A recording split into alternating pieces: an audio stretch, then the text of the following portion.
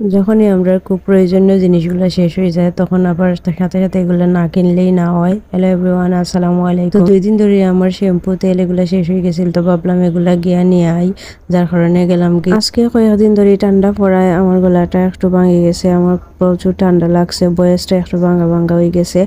তো আমার বয়সটা অ্যাভয়েড করে ভিডিওটা একটু কষ্ট করে দেখিলেই বা আশা করি আপনার আর ভালাই লাগবো।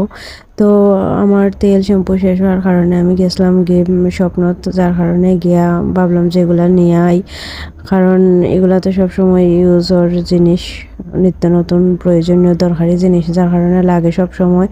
তো কাসুন্দিটা নিছি কারণ যে কোনো ভর্তা বানায় কাসুন্দি মিক্স করে খাইলে অনেক টেস্ট বাড়ি যায় ভর্তার, যার কারণে কাসুন্দিটা নেওয়া। আর এনো নেফতল নিলাম। বাজারও যাইবার সময় আমার শাশুড়ি মা কইছিল যে তান লাগি এটা আনতাম, যার কারণে ভাবলাম যে 2-3 প্যাকেট নেওয়া যায়। এনো অনেক বড় গুলাও আছে, আবার